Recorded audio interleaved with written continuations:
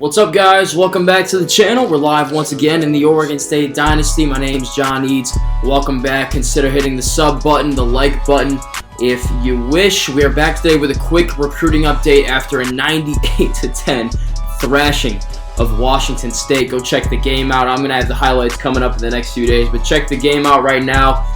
If you like points, there were 108 of them, if my math is correct. And that's the most points I've ever scored in this game. And just a reminder, I didn't show these during the game, but I show them before every episode. We play on the J-Kit sliders, so, it's not like we're doing this against, freshman level, whatever.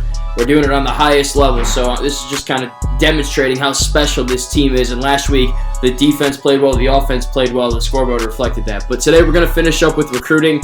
We have 2 guys left on the board, 1 spot available in the class. And one guy that we were going after from the state of Oregon, a 4-star wide receiver, was also considering going to Washington State. So let's see if this 88-point win maybe kind of tilted him in the other direction. If he commits today, recruiting's going to be done. Unless a junior goes pro, we'll maybe keep that in the back of our mind. But we had 20 spots available. He would be our 20th commit, so recruiting would be done, and that would be it for the season. So without further ado, let's go ahead and advance the week and see what happens. Alright, here we go. We're at that point, preparing the studio updates. Let's see. We're going to find out right after this if we got this dude to be a huge coup. And we did not. Again, I don't know what this dude is waiting for. I don't know what more we need to prove to you. We just beat the other team you're considering going to play for by 88 points. I've heard rumors that they might shut down their entire football program after that performance. I don't know why you would consider going to that school. So as you can see, Brandon Turner, that's the 4-star wide receiver, still in a battle with Washington State. And then Mike Waters up top, that left tackle who's, really talented. We'd love to have him as well. We're battling with Penn State, I believe. So let's go take a look at the numbers. We got some XP stuff here. I'm not sure how you would describe it. We got Coach of the Year finalist. We scored our 10th defensive touchdown. I think we had 2 or 3 defensive touchdowns last week. We have a finalist for the Heisman. Okay, we haven't been on the Heisman board all season. We hit 2,000 yards rushing as a team. We forced 20 turnovers this season. We got a finalist for the Blitnikoff, Lombardi, Outland, Remington, Thorpe, best returner, Nagurski, best linebacker, Bednarik, Rosa, and the guy. That's like pretty much all of them. Ryan Reynolds rather set a school record, or tied a school record, I think, for rushing touchdowns in a game with 5. I went back and checked. Santonio Jacobs, our running back from Season 1, scored 5 against Oregon, our next opponent. I'm going to go check the school records to see what the deal is there. We had 3+ sacks last week, opponent under 300 pass yards, under 150 rushing yards. They were a rival. 100% red zone efficiency, always love to see that. We had a kick and a punt return touchdown in the same game. That rarely happens. It's never happened on this channel, if I'm not mistaken. Let's see, anything else crazy? That's about it, but a lot of XP there, so we're probably getting pretty close to leveling up coach-wise. So we move up to number 2 this week. We were number 3 last week, so I'm thinking maybe either someone lost or, we won by 88 points, right? So you should probably move us up in the polls. I'm not sure what more we could have done. So now we will be... for right now, we have a spot in the national championship, I assume. 11-0, we got to play Oregon, then probably USC in the Pac-12 championship game, and then whoever else. So we'll take a look at all that stuff. First things first, though, let's take a look at recruiting, because it is a recruiting episode after all. All right, so here is what we're looking at. So I think Mike Waters just visited Penn State, so that's why they have the lead now. 4-star tackle from Florida. So he visited there. They won their game or whatever. So they take over, they take the lead for him. Not a big deal. We're still well within striking distance. But yeah, he's a solid player. 77 overall, went up +4 overall points. He's from Florida. Good pass block, good run block. Really not much you could say. He's just a solid player. Only offers from us and Penn State. Doesn't look like anybody else on that list offered. So yeah, it's going to be us or the Nittany Lions getting Mike Waters. And Brandon Turner, let's take a look. I think he still has to visit. Yeah, so he still has to visit WAZZUU. So he's going to go there this week. I wish he was there last week. You would have just witnessed an absolute bashing. He probably would have committed on the spot, honestly, after the first quarter. But he's going to visit there this week. The most points he can get looks like is 600, and then whatever in-game goals as well, the complimentary stuff.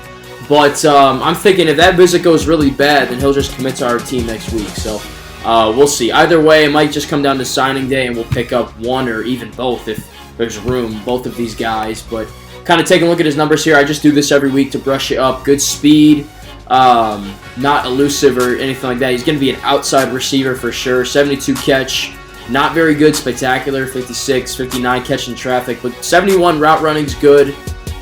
78 agility, 75 jumping is really good, and then 90 carrying, so that's good for, when he has the ball, he's not going to fumble or anything like that, right? So, yeah, solid prospect. We've brought in a lot of outside receivers in this class, and he is potentially another one. But between the two, honestly, I think I'd rather have Waters because we need some, beastly tackles. As you can see, we're going to have to get one next year because we only have 4 total. 2 are graduating. And we signed 1, and we have none that are freshmen right now. So, yeah, we're going to have to really hammer the tackle spot next year. Honestly, I might even just grab Waters this year if I'm going between the two because we have a lot of receivers already on the board and already on the team. I exited out here, but let's take a look. So we have 6 on the team. 2 are leaving, but we've already signed 2. So, yeah, 2 out, 2 in. So I think between the 2 positions, I'd rather have the offensive tackle at this point, but he's an in-state guy, so we're going to recruit him to the end. That is the plan. All right, so top classes, I think we were number 3 last week, so we're sitting at number 3. Got 19 guys in the class. As I said at the beginning, room for 1 more. 12 3-stars, 7 4-stars. Pretty good composition there. I like the majority of my class to be 3-stars because I like to keep it somewhat realistic. It's Oregon State. They don't really get 4 stars or 5 stars every single year. So, you keep it pretty realistic. As much as I can, I try to do that. What's not realistic is Army having the 2nd best class in the country and 2 5-stars. To me, that makes no sense. Any other outliers in here? Minnesota's a little high for their standards, as is Wisconsin. But other than that, yeah, not bad. Who has the 2nd best class in the Pac-12? Let's see if we can answer that question here.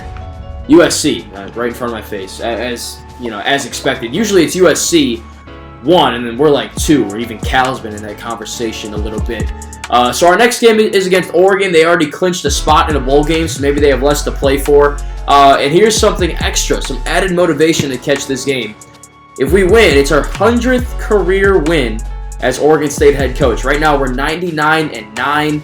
I'm glad it wasn't last game because it just completely went over my head. But I'm not gonna, miss it. This is it right here. I'll show you guys the number just for proof, I guess. I know you guys don't have any qualms with me in lying, but let me just prove it to you. So right there, as you can see, 99-9, and looking for our 4th straight national championship, but 6th straight 13-win season. Well, we're looking good for it. We might get win number 12. All we got to do is beat the Ducks. So that's our next game.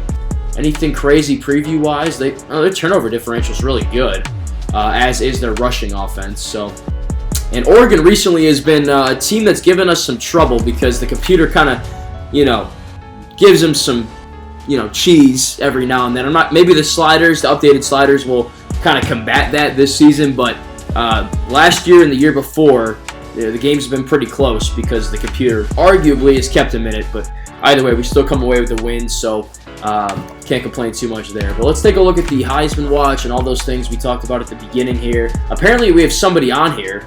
I don't see him, but maybe they're in the top 10, so that's why we got the XP points for it. That's weird. Okay. Let's see. Players of the week. Do we have any from... we scored 98 points. You got to think that somebody's in there in some capacity. Yeah, okay. So Early Carter gets in there, and he had his best game as an Oregon State Beaver, man. 2 tackles for loss, a sack, a forced fumble, a fumble recovery, and a touchdown. He sacked the quarterback, forced the fumble, picked it up himself, and then walked in for it. It was the sickest play I've ever seen. It's going to be on his highlight reel for sure. So that's well-deserved. Looks like Oregon's running back we're going to have to deal with next week looks pretty good. 29 carries, 181 yards, 4 touchdowns, 4 receptions for 114 yards, and another touchdown there. That's beastly. So we're going to have to deal with that next week. Hopefully we can contain him. Let's see. Let's just check this out. It should still be us in number 1. Yep. All right. So we're still the toughest place to play in the country. 40-game win streak going to be on the line against Oregon. It's also going to be Senior Day. I thought the last game was Senior Day, so that's why my intro to the game was a little choppy because I just wanted to cut out all the parts where I was talking about seniors because obviously it didn't apply. I don't know what I was thinking there. Sometimes I'm just an idiot like that. Bowl projections, though. Let's see who we're projected to play in the Natty right now. Oklahoma, okay. So last year we played Texas. This year we'll get Oklahoma, it looks like. Anybody else competing? Let's see. Orange Bowl. UNC's up there. You got Army at number 3. We already played them once this season back in like week 3. You also got Tennessee. Nebraska's got 2 losses, so they're out. Maryland's got 3 losses, but they're still 6th in the country, which is kind of weird, but whatever. Alabama's got 4 losses. So yeah, it looks like it's probably going to be like Army, Tennessee, or Oklahoma. Not some, group of 5 team like Central Michigan a couple years ago or Georgia State a couple years before that. Surprised Notre Dame's not up there too. We'll take a look at the top 25 after this. We'll take a look at award finalists and then the top 25. Let's see. Nobody for the quarterback awards, unfortunately, even though our quarterback's having a heck of a season. Bednarik, we got Joseph in there. 19 TFLs, 12 sacks this season. Respect. Mobley's got the top spot, 50 tackles, 22 tackles for loss, 4 sacks, 6 forced fumbles, and a touchdown. That's a beastly senior season. Jaron Taylor's up there as well, 52 tackles, 9 TFLs, a sack, a forced fumble, and a pick. Pretty good numbers there. Nagurski, looks like it's the same, but you got David Carter in there now. 14 TFLs, 8 sacks. Not his best season, but still a solid one nonetheless. O'Brien, nobody. Walker, nobody. A little surprised that Reynolds isn't up there for the Walker, actually. You got Dwayne Turner for the Biletnikoff. He's got 2,500 all-purpose yards, 16 total touchdowns. Let's kind of break it down, though. So he's actually down receiving-wise this year a little bit. He's got a career high in touchdowns for a season. He's up in average yards per reception, new long in receptions, but he's down in yards per game. So, but he's doing well in yards after the catch. Look at that. He's nearly doubled that output from last year to this year. That's breaking tackles and, making something out of nothing. But he's done a lot on the ground this season as well. Let's see. He's got 3 touchdowns so far. It's actually not that many, but a lot of broken tackles. 8 broken tackles, and then he's got some defensive touchdowns. Technically, 4 kick sixes this season. So yeah, he'll win some kind of award. May not be it's not going to be the Biletnikoff, but he had a great all-around season for us. Nobody for the Mackey. We got Jamal Riley in the lead for the Outland as the top offensive lineman, I believe it is. He's just solid. It's not even like the stats. He has 8 pancakes this year, but it's more of like what's your overall and how many games do you start. That's pretty much how they decide that. Mark Williams, 6 pancakes, only 4 sacks allowed, so he's up there as well. Then you got Remington for the best center, of course. You win the best offensive lineman, you got to win the best center as well, right? Lombardi, Joseph Carter, 1-2. Mobley in there for the best linebacker, not surprised. Thorpe, we got Taylor trailing this Miami, what is he, a corner? He's got 16 tackles. He's got 8 picks. Yeah, it's going to be tough to compete with. 8 interceptions in a season is beastly. So we're probably not going to win that one. We got McGuire. He's always in the top 12. He's just a solid player. He's got 8 TFLs this year, 55 tackles, and a fumble recovery. Just another solid season. Sparks in the lead for the Groza, despite only kicking 13 field goals this season, but he's never missed an extra point. Long of 50. He's been a weapon for us this year when we haven't been able to convert, in the red zone offensively. He's been able to bail us out with a long field goal. Luke Engel retakes the lead for the best punter. He's only punted 10 times this year, but a 37-yard average, long of 52. He boomed one, and then one inside the 20. So Sparks and Guy will have, Engel rather, will have one more season, and then they'll be off to the league, probably getting drafted. And you got Dwayne Turner, of course, in there for Returner of the Year. I feel like he's won this twice or 3 times already.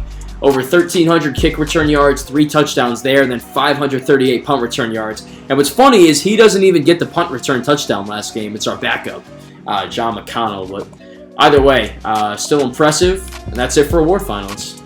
All right, conference standings. Yeah, so we have the North Division all but locked up. Stanford is the next closest team, but they're 5-6. All their wins coming in conference.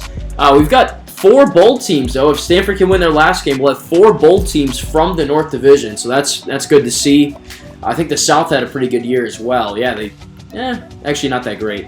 USC, UCLA 1-2. So USC beat UCLA last week. They'll need to win their last game to clinch a spot in the Pac-12 championship against us.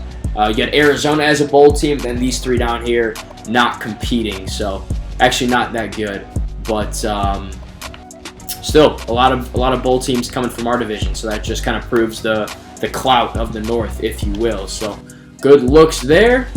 All right, finally, we're at the polls. So, yep, we're number 2, right behind Oklahoma. They got 32 first-place votes. We have 29. Wouldn't be surprised if we overtake that spot at some point. Looks like let's see.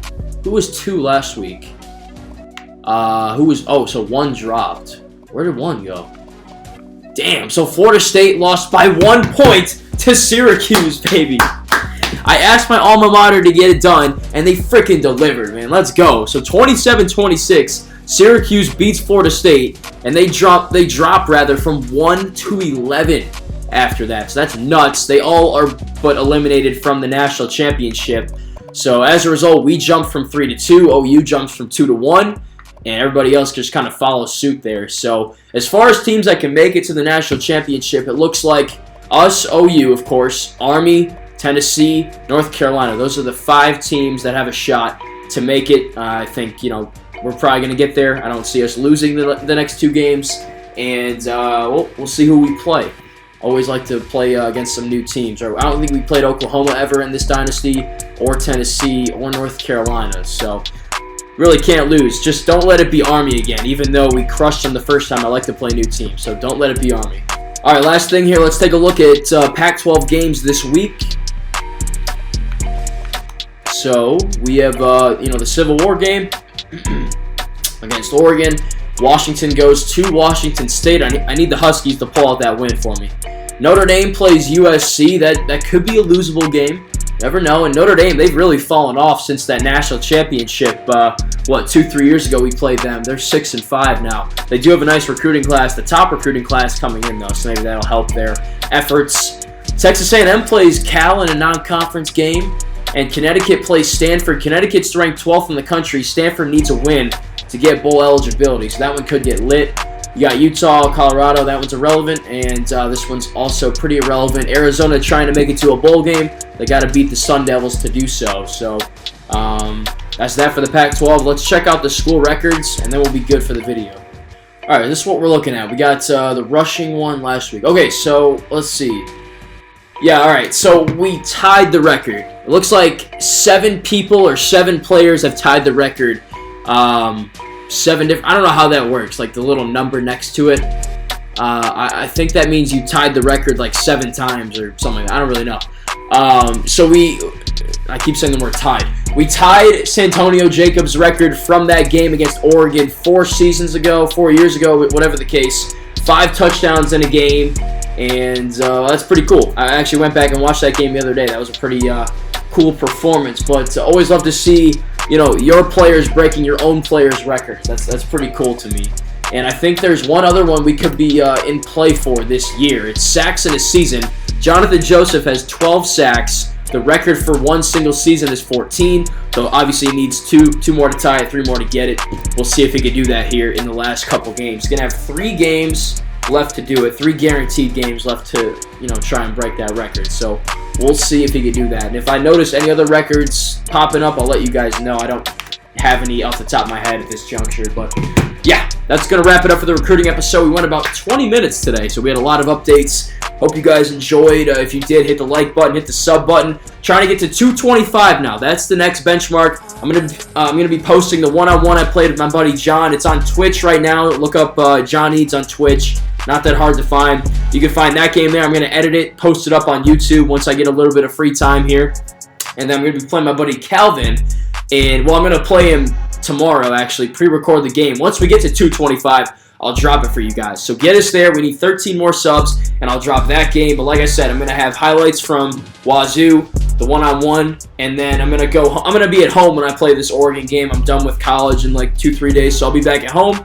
I'll play that one there. We'll post that one. So we got a lot of content to pump out in the next couple days. I'd appreciate y'all's support because it goes a long way for me. But that's going to wrap up this recruiting episode. Like I said before, hit the like button, hit the info button right there, hit any tagged content, hit up the playlist, and I'll be back in the next couple days with the Civil War, wrapping up the 2024 season. Hopefully we can end it up on a high note, finish 12-0 going into postseason play. But thanks so much for watching, guys. I'll catch you next time.